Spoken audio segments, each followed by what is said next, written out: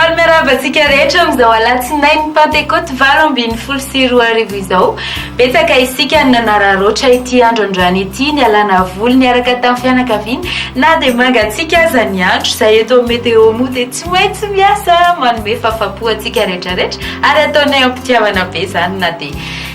miasa ary zany zahay dia izao mbola mitohy mangatsika foana ihany ny andro amin'ity herinandro ity any amin'ny faraparan'ny herinandro any no ahitantsika fiakaran-kely amin'ny sabotsy zany indrindra atsapa izay atsika izay isika eto amin'ny faritry ny afovoantany sy any amin'ny ilany atsinanana iny matetika rehefa aly izay antonony satria izay no andravitra ny toetry ny androntsika zany mandritra ity herinandro ity saika manerana ny Madagasikara ary rehefa aly izay antonony no mandravitra ny toetry ny andro dia mahazo orana malefaka saika mandritra ny andro ny ilany atsinanany nosiny andao ane jerevantsika ny mety toetry ny andro ho an'ny rapitso vao maraina mahazo orana malefaka dia malefaka zany aty amin'ny faritry Isava na Lanjirofo ary ny aty amin'ny faritra atsinanana sy Vatovafitofinany aty eto amin'ny faritry ny afovoantany somary malomaloka ary mety arahana erikerika manifinify ihany koa izany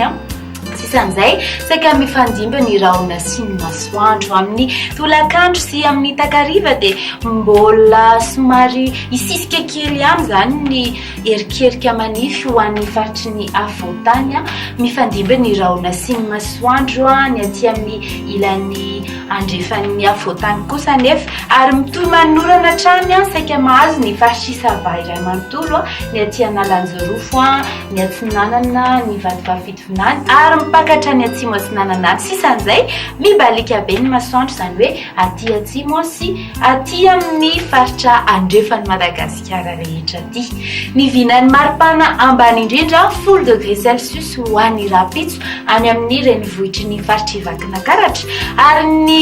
vinan'ny ambony indrindra kosa hitantsika any Antsohihy eo amin'ny 4 degré Celsius eo izany ho an'ny faritry ny afovoantany tsara mariana kelikely ny elan'ny maripana ambony sy ny maripana ambany hitantsika eto zao manodidina 18 hatramin'ny 20 degré Celsius ny maripana ambony eto amin'ny faritry ny afovoantany dikan'izay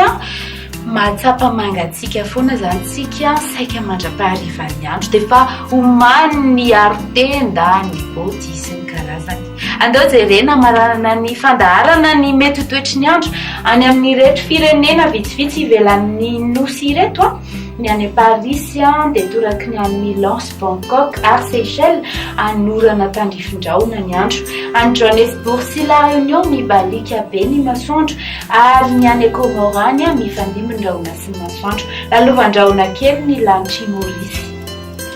eny ary fa dia mametraka ny mandrapitafa amin'ny manaraka indray isika miaona